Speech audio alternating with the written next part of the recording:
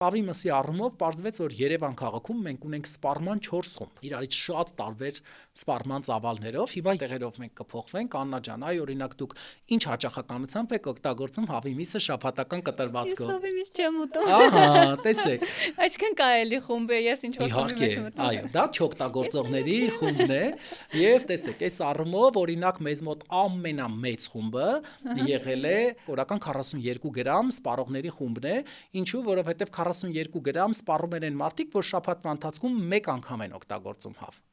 Այսինքն օգտագործում են, ասենք 250 կամ 300 գրամ հավ եւ իրենք ունեն փոքր ծավալի հավի մսի սպառում։